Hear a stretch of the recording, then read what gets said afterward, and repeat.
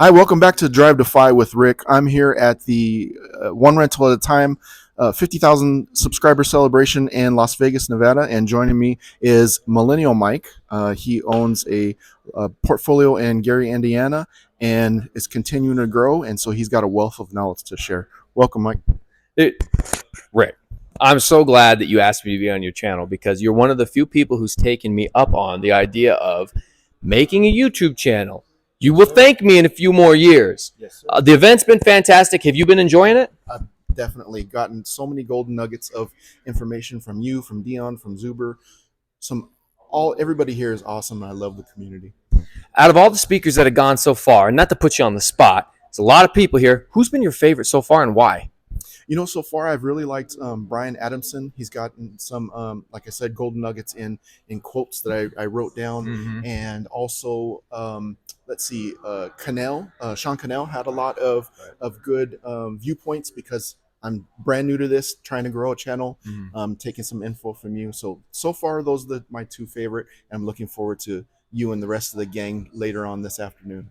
Dude, Sean Cannell is a stud, but Brian Adamson, I like to call him Mr. Smooth because of that voice. And he's a fellow long-distance real estate investor. And, with all the flack that I get about investing in Gary, Indiana, the only person who catches more would be Brian Adamson investing in Detroit, Michigan. Yeah. So I feel like we're common allies in that cause right there. Rick, let me ask you a couple more questions. So you're just starting a YouTube channel, and I know why you're doing it, but tell your viewers, explain to them, what's the purpose of your channel? Why are you taking this step? Really, I never wanted to be in front of the camera, to tell you the truth. It's really just to grow a network like you have, like Dion, like Lumberjack Landlord, like Michael Zuber, One Rental at a Time, really just to grow a community of like-minded investors. If I can help, I currently don't own any properties, but I'm house hacking my single family home. If I can help anybody just with the little knowledge I know so far, that's really what I want to do, and just connect with other like-minded people. So a lot of people tell me all the time when I tell them that it's extremely important to have a YouTube channel, even if you don't own any real estate yet. They tell me, I don't know anything, what I'm going to talk about, what value do I have to offer? It's not about what value you have to offer today. When I started my channel, recently divorced, single father, no custody of my kid, no money in the bank, I'm a renter, but I made a video number 1, you can check it out on my channel, and I say, I'm going to become financially independent and successful with real estate, and I'm going to document the process.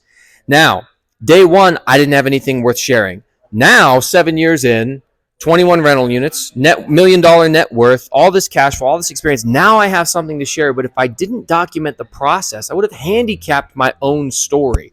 So that's why I want Rick to record now, even though he may not be where he sees himself in the future. Dude, the journey is an amazing process that a lot of people would love to share in. So what are your goals when it comes to building your real estate portfolio? You're doing the channel, you're trying to network. What do you see for yourself in the future towards getting your first rental? That's where I'm kind of at a crossroads, not a crossroads, but trying to figure out that next part is I did have some money saved aside. I'm trying to maybe do my first flip to grow my capital and just network with other people. I'd really love to get a small multifamily though. Of course, that the scaling faster than the single families, but at this point, if I get a good deal on a single family, I'm all for it as well. And remind me real quick, where do you live and where are you trying to invest? I am in San Antonio, Texas. That's where I'm going to basically look to build a portfolio right now. I moved there 2 years ago. I really love the city and the fellow people there and investors. It's a great market. Okay. So, trying to invest where you live. Are you renting right now currently? I actually was fortunate enough to be able to buy a 4-bedroom single family home. I'm house hacking, renting the other 3 bedrooms out, and it's worked great so far. I've had good tenants. 2 guys have been with me for a long period of time, and then my master bedroom I have on Airbnb. So it's actually done well for me for the last 2 years. So this is where so many people are just so humble that they handicap themselves. Because Rick, I don't know what I have to offer, limited experience. You already own one piece of real estate. You've had tenants in this piece of real estate for a couple of years. You've had to place those tenants. You've had to deal with tenant issues. You own a rental property. You could move out of your room, rent out the rest of the rooms in there, move into another property. Documenting the journey, the process, the discussions, what you do with a lease, how you find your tenants. It's just one video after the next. And you'd be surprised how much you really have to talk about. And the other advice I always give people is don't make a video about how to place tenants or how to find tenants. Make a video that says how to find tenants for a house hack, for a house hack, or how to find tenants in my city in Texas. Like once you niche down to a smaller demographic, yeah, you're not appealing to a large audience. But here's the funny thing. If you type into YouTube, how to invest in real estate, you could go through 100 pages and never find a video from me. But if you type in how to invest in real estate in Gary, Indiana, the top 100 results are all me. So you don't need millions of subscribers and notoriety on YouTube. You just need a few hundred people in your local market to know your story, know your name, and deals will come your way. So I like that you're already house hacking. I like that you got people in there. You have some experience. What's the next step after that? You said possibly duplex or something like that. You said small multifamily or a good single. Okay. What are you doing to find that deal right now? Honestly, not as much as I should. That's another reason why I want to build a community is accountability as well. Not just to find other, partners or just like-minded people, but also to hold myself accountable. So now I have this video to hold myself accountable to do more work, as Michael Zuber would say, do the work. I have started to try to market to some off-market duplexes and fourplexes there, even larger. I'm really used to watch the Cody and Christian channel a lot too, and so I'm trying to take kind of their advice of finding off-market deals and contact owners that way. Sure. Yeah, don't set your goal too low to be like, oh, that one's too big. Sometimes it's not about I can't afford it. It's about how can I afford it. That's a good question to ask yourself, especially when it comes to multifamilies. Most multifamilies, even small multis like a duplex, are owned by other investors. These are the people who already understand creative finance and seller financing. So sometimes it can be easier to get a creative finance deal with a 2-unit plus building than it is with a single family home. But you hit the nail on the head. It's a lot about networking.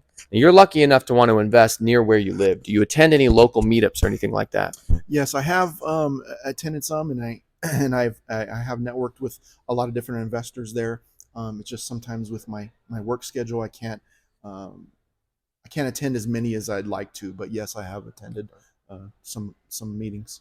Well, I can say hats off to you for being here, for taking the time to buy the ticket, show up, spend time with everybody. There's a lot of people who talk a good game and then they don't actually come through when it comes to taking the action. So doing the work, part of that's taking action and showing up. And people often underestimate the impact that an event could have and that a network could have, especially when you're like, I just watch it on YouTube.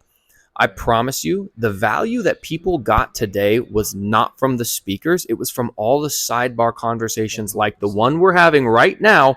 Instead of having lunch, when we paid VIP to get to lunch, we're doing this. This is where the money is made. These are where the connections have. And I'm grateful for the presentations, but this is what you're missing. Rick, you got any final questions or thoughts that you want from me? Honestly, I just want to thank you. I want to thank you for your encouragement to start this channel. Like I said, I never really wanted to do anything like this. But I appreciate it. And, taking the time to sit with me now, and you dropped a golden nugget. I telling everybody is, if you wanted a 1-hour consultation with any of these people in the room, you're going to have to pay a pretty penny to have that. But you come to an event like this, he's not charging me anything for this interview. And it's just, that's what I'm grateful for, and that's what I want to build on this channel. I couldn't have ended it better myself. I think that's a great note to end on. Follow, subscribe, like Rick's channel. And guys, hey, we'll catch you next time. Appreciate it.